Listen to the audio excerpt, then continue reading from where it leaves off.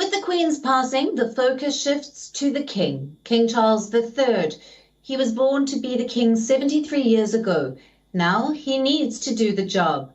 A short while ago, King Charles III was proclaimed Britain's new monarch at a sombre ceremony at a session council made up of hundreds of politicians, bishops and senior civil servants.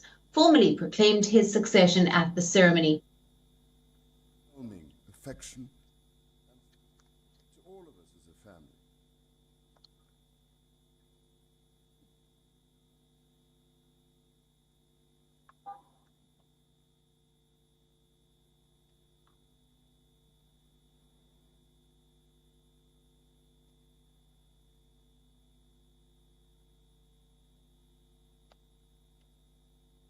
King Charles won't be unaware about his responsibilities. After all, he has been preparing for decades. In recent years, his role has been steadily expanding. Charles often stepped in for his mother at royal ceremonies. He undertook foreign trips and led the investitures where recipients are granted knighthood. His most notable appearance came earlier this year. King Charles delivered the Queen's speech at the British Parliament in May. This happens whenever a new session begins. It is similar to the President's address to the Indian Parliament at the beginning of every session. In the speech, King Charles, who served as the Prince back then, set out the agenda for the British government. So in the final years of the Queen, King Charles was taking on more constitutional responsibility. But now he takes the helm of the royal family, and that brings some big changes. He'll be the head of state, not just for the United Kingdom, but also for 14 other Commonwealth nations. This includes countries like Australia and Canada. King Charles will also serve as the head of the Commonwealth. This is a grouping of 56 countries. He also becomes the head of the British Armed Forces, the judiciary, the civil service, and the Supreme Governor of the Church of England. A lot of these responsibilities remain largely ceremonial, but the British sovereign has a few more important roles to play, granting royal assent to bills and being a confidant for prime ministers. British sovereigns have worked closely with their prime ministers. They hold regular meetings with them throughout the time in office. Now, the prime ministers must inform and brief the sovereign about government policy. While the sovereign is constitutionally required to remain strictly neutral, they do have the space to influence upcoming bills. So what kind of sovereign will King Charles be? Will he be discreet like his mother, Queen Elizabeth, who maintains strict political neutrality, or will King Charles carve out a different path for himself and speak his mind about issues? It is difficult to say. However, as Prince, Charles did try to chalk out his legacy. He is a patron or a president of more than 400 charities as of today. In addition to that, he founded the Prince's Trust. It has helped nearly 1 million youths who are disadvantaged. Personally, King Charles has championed environmental causes, but in recent times, his philanthropy work has run into trouble.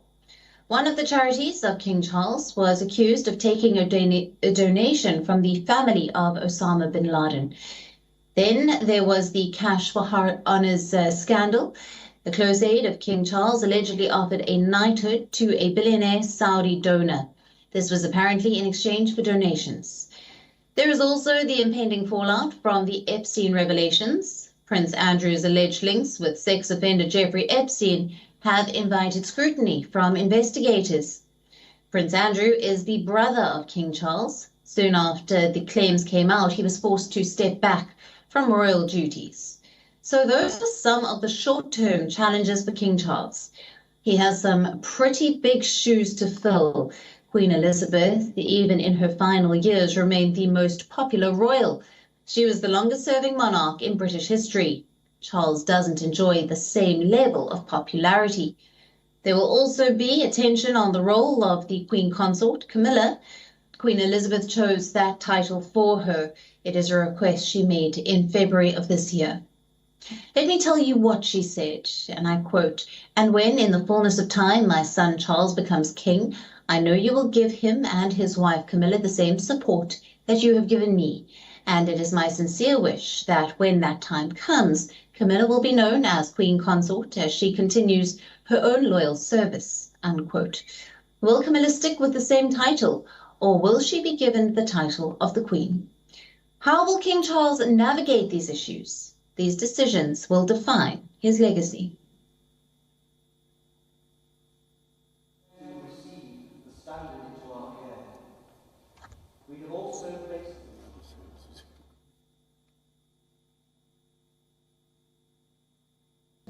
Well, the mood here is very pensive, very somber. You get the sense that the whole country is in a state of profound reflection.